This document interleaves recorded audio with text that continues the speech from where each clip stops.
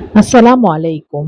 সপ্তম শ্রেণীর হরেক রকম খেলনা মেলা অভিজ্ঞতায় বলা হয় শিক্ষার্থীরা নতুন নতুন খেলনা উদ্ভাবন করবে এবং খেলনা বানানোর জন্য তাদের দুটি শর্ত দেওয়া হয়। প্রথম শর্তটি ছিল যে তাদের বানানো খেলনাগুলোতে শক্তির রূপান্তর হতে হবে, অর্থাৎ স্থিতিশক্তি থেকে গতিশক্তির রূপান্তর হতে হবে।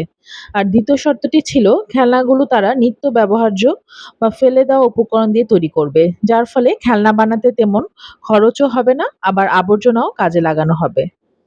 খেলনা বানানো হয়ে গেলে শিক্ষার্থীরা খেলনা প্রদর্শনীর জন্য শ্রেণীকক্ষে সবাই মিলে একটা মেলার আয়োজন করবে। শিক্ষার্থীরা তাদের তৈরিকৃত খেলনা চালিয়ে শক্তির রূপান্তর দেখায়। আর যারা নৌকা বানিয়েছিল তারা স্কুলের পার্শ্ববর্তী একটি ডোবাতে গিয়ে তাদের নৌকাগুলো চালিয়ে দেখায়।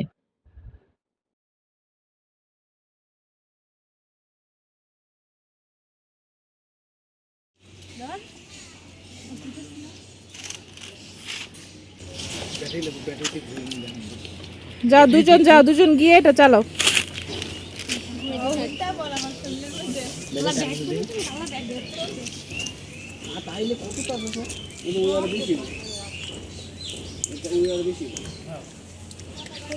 আতালি দে, আতালি দাস না। ঘুরাই দে, ঘুরাই দে।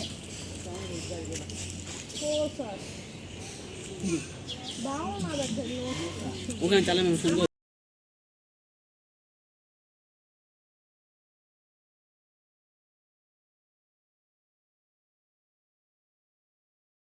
সামনে যাইতো না, যাবে ওই যে যায় তো ঠিক যাইতেছে, ওটাই তো সুন্দর হইছে। হ্যাঁ এই যে ঘুরাই দে, ঘুরাই দে, আই চালা দে, সর হইছে, এই তো সুন্দর হইছে, সুন্দর হইছে। মোটরে পার বেশি বুঝছস নাই, ও ওটা পুরো সুজা যাবে, এবার আসো যাও, বসো সুন্দর হইছে।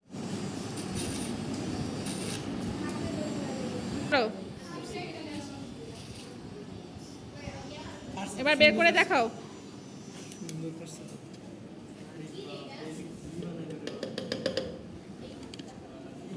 এইটা দেখাও হাতে নিয়ে, এটা কি বানাইছো?